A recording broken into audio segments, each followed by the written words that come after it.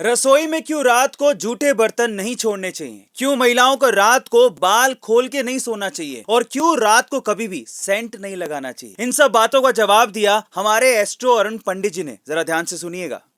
जूठे बर्तन हों या फिर गंदा चादर ही क्यों ना हो, ठीक है, हर गंदगी में एक नेगेटिविटी होती है, ठीक है।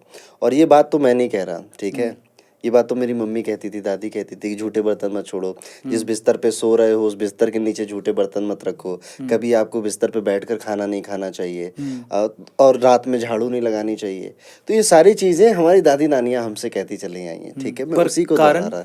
कारण सबके पीछे अपना अलग अलग है। जैसे आपने सुना होगा रात में नाखून नहीं काटने चाहिए, या आपने सुना होगा कि रात में झाड़ू नहीं लगानी चाहिए।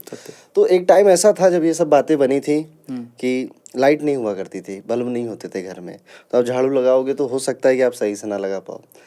आपने सुना होगा कि सनसेट से पहले खाना खा लो, ठीक है। तो उस टाइम में लाइट नहीं हुआ करती थी, तो सनसेट से पहले खाना खा लो ताकि आपको दिखे कोई कीट पतंगा तो नहीं आ गया, सूरज की रोशनी में आपको दिखे कोई गंदगी तो नहीं आ गई।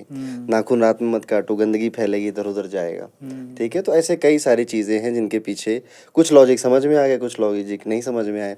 जैसे एक बड़ा कॉमन सा है कि बिल्ली रास्ता काट जाए तो आपको उस रास्ते पे नहीं जाना चाहिए, ठीक है।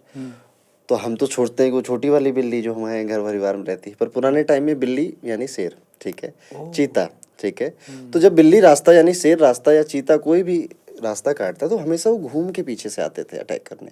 तो अगर आप एक बार उन्हें देख लो तो फिर मत जाओ उधर, क्योंकि वो घूम के अटैक आएंगे। उस समय रथ से चलते थे या फिर बैलगाड़ी से लोग चलते थे, तो बैल को निशाना बनाते थे वो, या उस इंसान को निशाना बनाते थे। तो ये कहावत वहाँ से चलती आई फिर डिफॉर्म हो गई। और अपने इससे ऐसे कई सारी चीज़ें हैं कि गंदगी में वैसे भी नहीं आपको गंदी चादर वगैरह रखनी चाहिए, बस इस सेंस में कहा था। नहीं, उस जो रील आपने बनाई थी उसमें एक और चीज़ से पता लगता है कि आप महिलाओं पे अत्याचार करते हैं। रील से आपने कहा कि महिलाओं को खुले बाल करके नहीं सोना चाहिए।